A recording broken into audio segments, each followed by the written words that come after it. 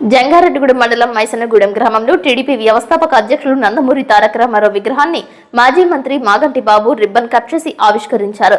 ఈ కార్యక్రమానికి విచ్చేసిన మాగంటి బాబుకు గ్రామస్తులు ఘన స్వాగతం పలికారు. తీన్మార్ డప్పుల మధ్య పాదయాత్రగా ఎన్టీఆర్ విగ్రహం వరకు గ్రామస్తులతో విచ్చేసిన మాగంటి బాబు ప్రజలను ఉద్దేశించి మాట్లాడారు. ఈ కార్యక్రమంలో సీనియర్ నాయకులు ముత్తారెడ్డి, మండవ లక్ష్మణరావు, ఆకుమర్తి రామారావు, గుమ్మడి ప్రసాద్, డాక్టర్ శ్యామ్ సుందర్ శేషు, సాయిల సత్యనారాయణ, గొల్లమందల శ్రీనివాస్, పరిమి రాంబాబు, కాకర్ల కృష్ణ కిషోర్, రావురి కృష్ణ, అల్లూరి రామకృష్ణ, చదలవాడ నాగేశ్వరరావు, కుర్రు భవానీ తదితరులు పాల్గొన్నారు. ఈ సందర్భంగా మాగంటి బాబును ఘనంగా సత్కరించారు. అందరితో కలిసి సహపంక్తి తేనేటి విందు చేశారు. ఈ సందర్భంగా మాగంటి బాబు, శేషులు మీడియాతో మాట్లాడారు.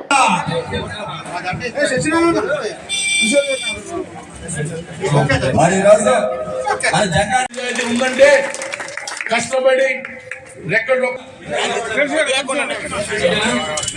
జోహార్ ఇండియా, జోహార్ ఇండియా, జోహార్ ఇండియా, జోహార్ తెలుగు దేశం వందనాలి.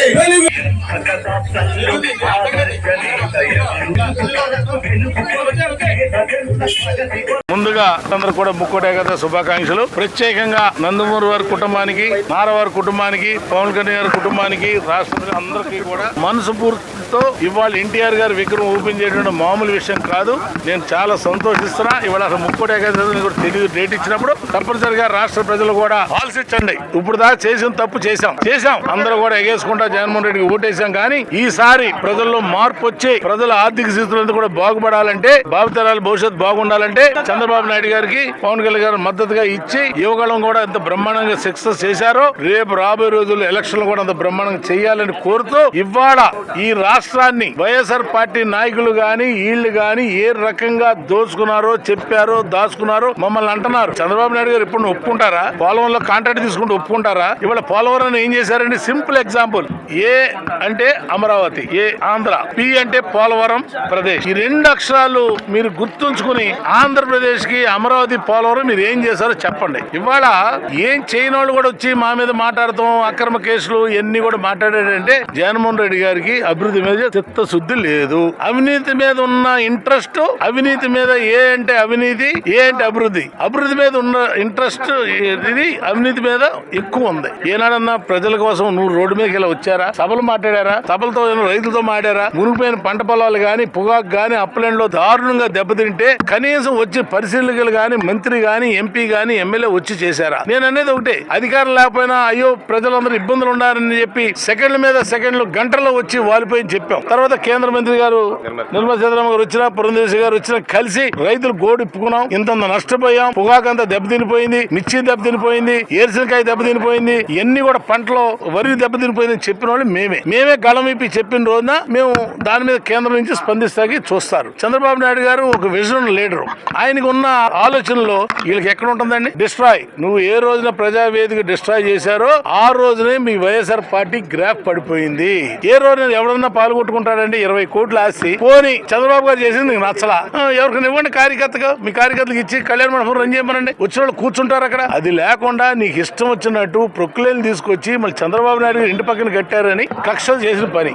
పోలవరం ఏం చేశారండి? 6% పోలవరం 72% తీసుకొచ్చి మేము చేశాం కదా. 2% మీరు పూర్తి చేశారా? ఓ పని చేసింది జగన్మోహన్ రెడ్డి గారికి ఐడియా ఇచ్చినోడు లేడు. 6% ఉన్న పోలవరం 72కి ఎలా అయిందో ఆ 6% పోను మీద పోలవరం కూడా పడగొట్టుంటే, ఎందుకంటే ఆయనకి నచ్చదు. చంద్రబాబు నాయుడు గారు ఏం చేసినా నచ్చదు. ఆయన పథకాలు నచ్చవు, రోడ్లు నచ్చవు, ప్రజావేదిక నచ్చదు, పోలవరం నచ్చదు. అమరావతి ఆక్రమంగా మమ్మల్ని ఇబ్బంది పెడతాయి తప్ప దీనికి వైఎస్ఆర్ కాంగ్రెస్ పార్టీ మూల్యం చెల్లించుకుంటారు. అది ఓటమి రూపాన తెలుగుదేశం పార్టీ, జనసేన కలిసి మేము పోటీ చేస్తున్నప్పుడు ప్రజలు మాకు మద్దతు ఇచ్చి మేము ఫ్లయింగ్ కలర్స్ తో 175కు 25 ఎంపీ సీట్లు గెలవాలి. మా టార్గెట్ అది. అంతేగాని 145, 130 చెప్పక్కర్లా. పడిపోయింది గ్రాఫ్. పడిపోయినప్పుడు మేము కూడా దాన్ని సక్రమంగా చేసుకుని ఎవరెవరికి జనసేన వాళ్ళు టికెట్లు ఇవ్వాలో చంద్రబాబు నాయుడు గారు, పవన్ కళ్యాణ్ కూర్చుని మాట్లాడి చేయండి. తప్పనిసరిగా ఎనమల సైనికుల్లాగా మా కార్యకర్తలు ఉన్నారు, నాయకులు ఉన్నారు, మహిళా సోదరులు ఉన్నారు, యువకులు ఉన్నారు, పిల్లలు ఉన్నారు. మద్దతు ఇవ్వటానికి పిల్లలు దేవుడితో సమానం అంటారు. పిల్లలకి ఏం చేయగలరండి? మంచి స్కూల్ కట్టగలరా? లేదా మంచి ఏదో ట్యాబ్లు ఇచ్చి నేను షో చేస్తున్నారు. అంగన్వాడీ టీచర్లందరూ రోడ్డు మీదకి వచ్చారు. అధికారులందరికీ పిఎస్సీ చేస్తున్నారు. అది చేయలా.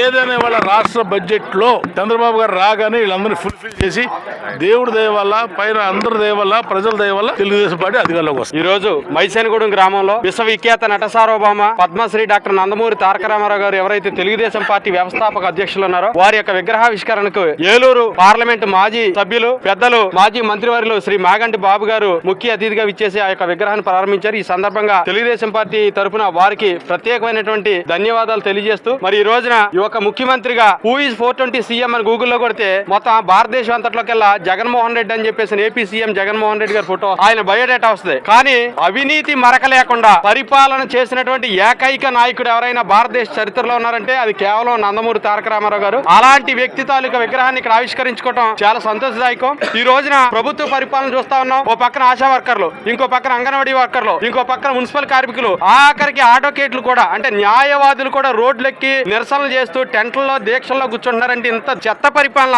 ఎక్కడా ఉండనటువంటి పరిస్థితుల్లో ప్రజలందరూ కూడా తెలుగుదేశం జనసేన కలయికలో మరలా ఎన్నికలు ఎప్పుడు వచ్చినా